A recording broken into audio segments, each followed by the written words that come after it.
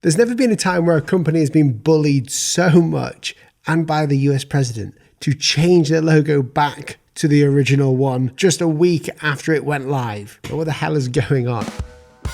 Well, I'm going to try and explain what's really happened with Crack and Barrel and why this logo refresh really didn't work out the way that they intended from a branding perspective. It's not what you think. So in the UK, we don't have Cracker Barrel. I've never been to one even when I've been in the US, but it hasn't stopped me from hearing about the new logo everywhere online. In fact, I don't think there's ever been a time where Trump has ever commented on a logo as a president. So for anyone who doesn't know, Cracker Barrel is an old kind of country American store with a restaurant in it. And it was founded in 1969, but in 1977 they had this logo. And this logo here is the original one, and they've not changed it at all since 1977, I believe. In fact, I'm pretty sure that this logo is the one that was drawn on the back of a napkin, and people think this is Uncle Herschel. Anyway, the logo is lovely and vintage. It's got this yellow, ochre and brown, very country themes. But just over a week ago, they changed it to this one here.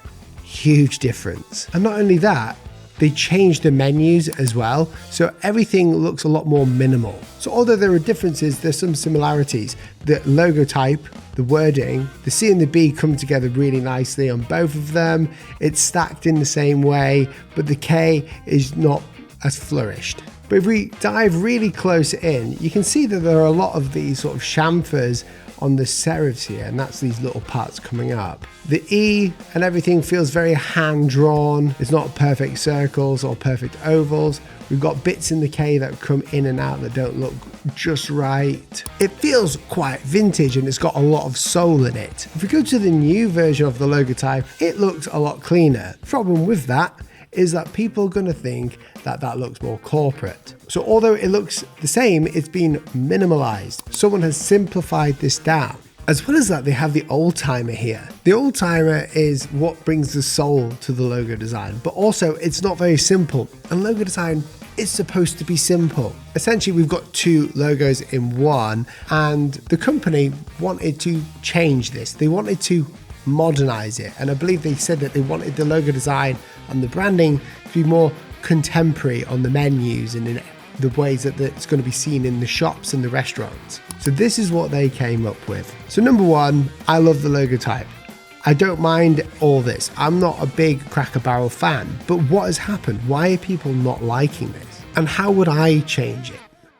The simple answer to this is that Cracker Barrel solved a logo design problem, but not a brand problem. I think a lot of people believe that a logo is the brand itself, when in reality it's just part of a brand's image. A logo, it can be super important, but as you can see with the Backlash and the fact that they've reverted back to the old logo shows you that something deeper is happening. So although the logo solved the design problem, it didn't solve the brand problem. Cracker Barrel didn't have a readability or execution issue, they had a perception and storytelling one. And although the new logo design is lovely and clean, more modern, more minimal, it works on paper, but it doesn't work in the real world. And that's not because of how it looks, it's actually because of how it makes people feel. Cracker Barrel didn't just change the look of their logo, they changed their customers' perception and perspective on who they are. The people who go to Cracker Barrel, the people who love it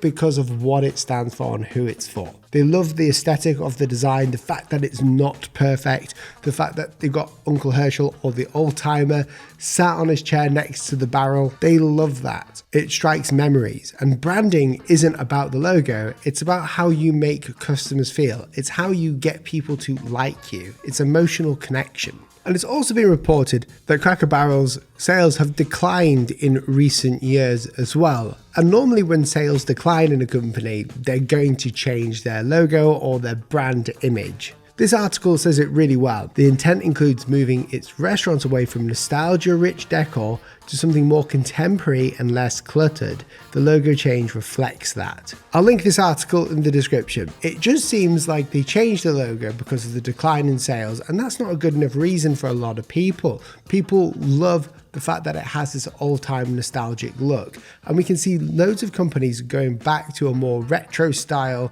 because it reminds us of the good old days. I think Mountain Dew did this really well, where they made their logos not modern on the can, they actually reverted back towards a more retro, nostalgic, all-American feeling. So once Cracker Barrel started getting the backlash of people calling it more cold and sterile, Donald Trump even brought his opinion to the table. He actually, on Truth Social and I think on X, stated that they should revert their logo back because of the backlash their customers were giving them. But Cracker Barrel stayed true and they said, no, we're going to keep it for now. And because of all of this media attention, obviously people are thinking, what are Cracker Barrel going to do? Well, strangely enough, just over a week after they released their new design with the new menus, they've listened to the people and they've reverted it back. In other words, they've been bullied into going back. And when they did that, they saw an increase in their share price. So what does this all mean? Some companies and brands are known as heritage brands, where they've been around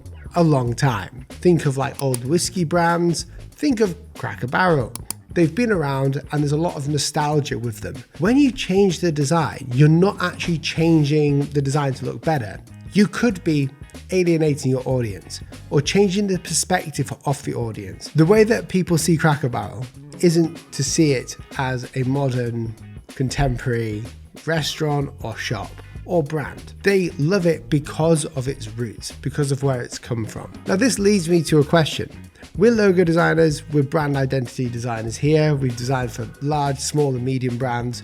What would I have done within this? Would I have chosen the new logo or remained with the old one? What I would do personally is take this logo type and I would bring it into the old version here, like so. And I think that looks pretty darn good. So what can we learn from this? Without a strong why to a rebrand that is customer facing, not just about profits, the change can look like an abandonment for the soul of the company. That's number one. Number two, when you rebrand and make something more minimal, people will see that as you corporatizing, and that's what is known as losing soul. You lose personality, you lose the character of the brand itself. Design isn't judged in isolation. It lives in the culture, the history, the memory. That's where it's judged. The new logo solved the design problem, but it didn't solve the ultimate branding issue. And without a strong why or reason to change the design for the customers, it looks like they're abandoning their old soul, their character, their personality. There was no context towards it for a customer. And ultimately, the new logo design broke the emotional contract between the brand and the customers. They didn't just dislike the way the logo looked. They felt that Cracker Barrel was trying to be something that it isn't. So remember this, Cracker Barrel sells more than just food and gifts. They sell nostalgia, memories, a sense of home and country living. And that's the branding issue. And that's why our identity work always starts with brand storytelling, which is something that I actually teach on Logo Launch, our logo type design course, where you can master bespoke logo type design.